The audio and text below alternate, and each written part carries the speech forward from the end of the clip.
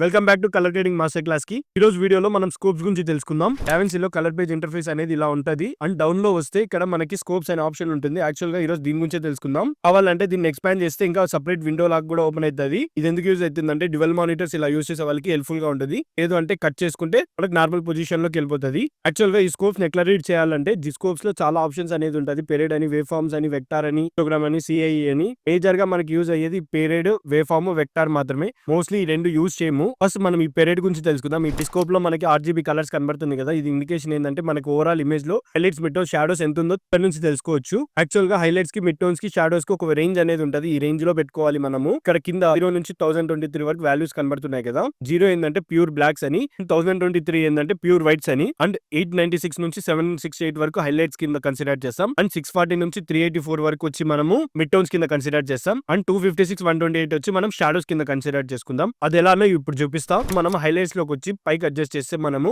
Highlights లో మనకు open అవ్వడం జరుగుతూ ఉంటుంది. ఇక్కడ ఆటోమేటిక్ గా ఇక్కడ రైట్ లో స్కోప్స్ కూడా మనకు పైకి వెళ్ళడం జరుగుతుంది. పైకి వెళ్తున్న వేవ్స్ వచ్చి మనం 896 లో సెట్ చేసుకుందాం. అండ్ అలానే మిడ్ టోన్స్ కూడా మనము 642, 384 అనుకున్నాం కదా, ఈ రేంజ్ లో సెట్ చేసుకుంటాం. అండ్ షాడోస్ కూడా వచ్చి 256 నుంచి 128 అన్నా కదా, ఆ రేంజ్ లో సెట్ చేస్తాం. ఇప్పుడు చూడండి మనకి ఇమేజ్ ఎంత ఓపెన్ అయిందో అప్పటికి ఇప్పటికి. ఇలా ఈ స్కోప్స్ తో మనం హైలైట్స్, మిడ్ టోన్స్, షాడోస్ ని దాని వాల్యూస్ లో సెట్ చేయొచ్చు. ఇలా కలర్ గ్రేడింగ్ పైన వీడియోస్ కావాలంటే నా ఛానల్ ని సబ్స్క్రైబ్ చేయండి. బై.